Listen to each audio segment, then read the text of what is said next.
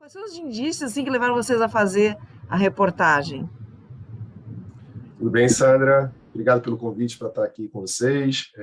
Um abraço para o pessoal todo que está assistindo. Para a gente, como repórter em Brasília, a missão primordial é fiscalizar o poder, as ações do poder.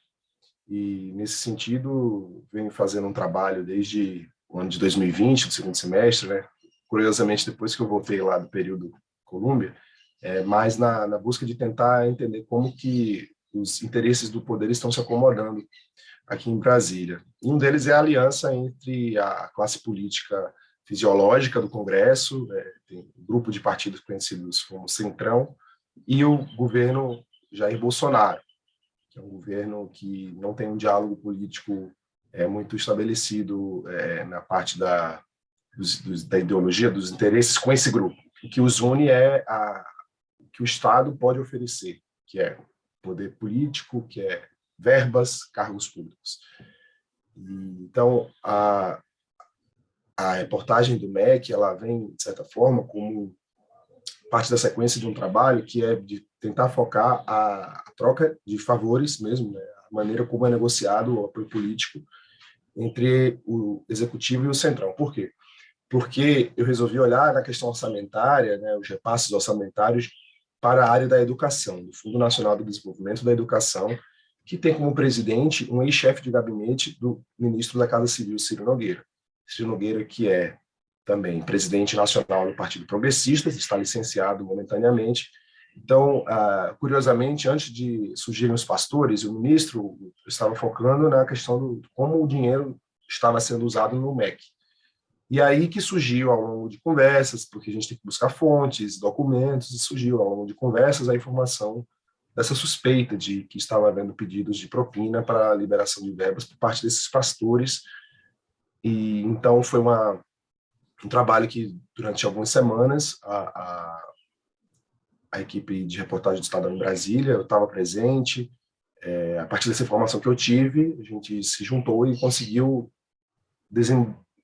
desembaralhar um pouquinho essas cartas que estavam todas misturadas ali e ver com clareza. Primeiro, havia uma atuação de lobista, claro, dos pastores à frente dessa espécie de gabinete paralelo, itinerante, que levava eventos para prefeituras espalhadas pelo Brasil, e havia uma promoção pessoal também, uma promoção política de quem estava ali, dos políticos que estavam sediando esses eventos, e era uma mistura do que seria uma coisa nobre e importante, que é tentar resolver pendências legais que eventualmente travam a liberação de recursos do FNDE, porque os municípios precisam receber verbas para fazer suas escolas, suas reformas, creches, mas isso era tudo feito num conjunto em que os interesses privados também estavam ali, né? A questão da até doação para a igreja, e também a impressão de bíblias, que não faz parte da atividade do Estado, né?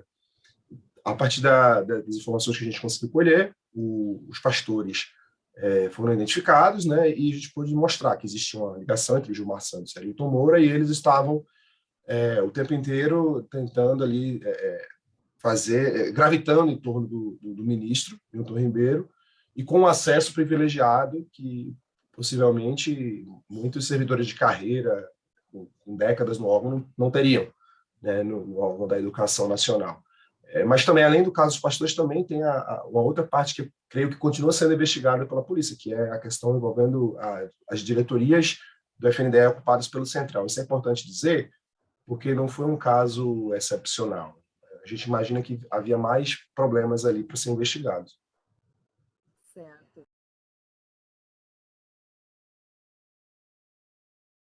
O que houve foi talvez um pouco assim das redes sociais e tal, e um jornalista de reconhecimento e tal, mas é um trabalho que não foi só meu, foi meu e de vários colegas, e não só do Estadão. A Folha de São Paulo também fez uma matéria muito importante nesse caso, que foi a revelação do áudio em que o ministro Milton Ribeiro diz que atende que os amigos do pastor Gilmar seriam atendidos prioritariamente e que isso era um pedido do presidente Jair Bolsonaro. Então, nesse caso, teve pelo menos 2 veículos de comunicação, embora o furo, né, a principal reportagem tenha sido do Estadão, é importante também citar a contribuição de outros veículos. Acredito que é um episódio que reforça não aspectos pessoais, e sim de classe. A classe de jornalistas deve ser creditada por ter podido trazer, ao longo desse governo Bolsonaro, a primeira investigação que restou na prisão de um integrante do alto escalão do governo, né, que é o ministro. Embora ele tenha sido demitido, isso partiu não de uma apuração interna do governo, isso partiu das denúncias da imprensa. Foi a imprensa que mostrou que teve prefeito pedindo barra de ouro, ou melhor, que teve pastor pedindo barra de ouro a prefeito para a liberação de verbas públicas, que teve Bíblia estampada com foto do ministro, que agora a CGU está dizendo que isso remete ao conceito de vantagem indevida, ou seja, corrupção, e também a própria sistemática, né, desse gabinete que não era técnico, né, tudo menos técnico. Como é que a equipe se dividiu para fazer a investigação?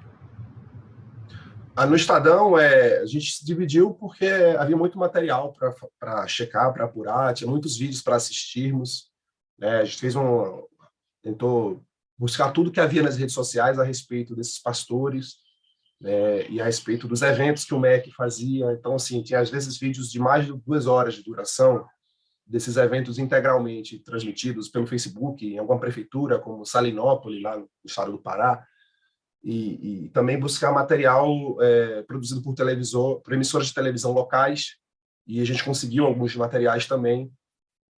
Então, havia um trabalho de buscar as agendas também, buscar as agendas públicas e pedidos de lei de acesso também. Então, assim, era um trabalho que, para ser viabilizado de uma maneira mais ágil, demandou o envolvimento de muitas mãos.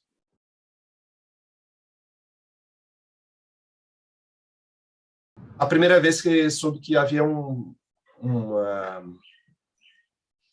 pedido de propina em forma de ouro, sabe? Que chegou para mim por meio de uma fonte, dizendo assim, olha, tem relatos que um prefeito, a um prefeito, um pastor teria feito esse pedido. E aí, então, eu falei com a gente falou com dezenas de prefeitos que estavam nas agendas do Ministério ao longo do primeiro semestre do ano passado, né? E um deles confirmou isso. Mas, assim, a gente fez essa pergunta para vários, porque havia o relato, e, de fato, essa informação estava circulando. Enfim, essa foi aquela coisa que, quando você ouve a história, muitas vezes no jornalismo a gente ouve uma informação, a gente nunca vai conseguir poder dar essa informação de uma fonte primária. E, nesse caso, a gente pôde dar de uma fonte primária, que foi o prefeito Gilberto Braga, da cidade de Luiz Domingues, no Maranhão.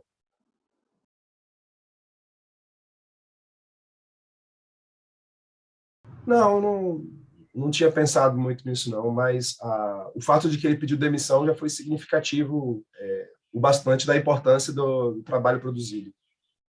Ele não pôde, ficou insustentável a permanência dele no cargo.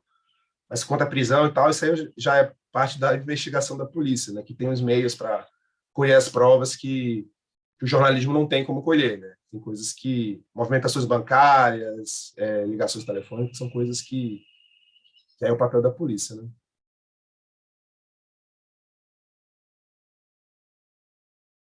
No primeiro momento, não, porque o prazo para resposta é 21 dias, então, assim, alguns pedidos não tinham tido respostas ainda. Mas a lei de acesso ajudou a mostrar um dado importante, sim, que foi as informações disponíveis nas agendas públicas que estão no site do Ministério da Educação apontavam mais ou menos 21 presenças dos pastores lá no Ministério. E quando veio a resposta do pedido de lei de acesso com as agendas integrais, né, digamos assim, dos ministérios, aí a gente pôde ver que era muito mais. Né? Foram mais de 100 presenças dos pastores no MEC, e também no Planalto, os pastores Arilton Moura e Dilma Santos estiveram somando as presenças de cada um total de 45 vezes.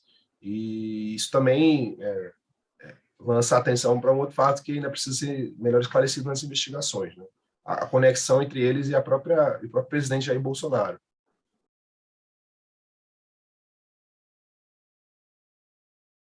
Valorizar o papel do jornalismo profissional, de fazer investigações próprias e poder ajudar a sociedade a conhecer irregularidades e crimes que estejam sendo cometidos pelos governantes, qualquer que seja o partido desse governante.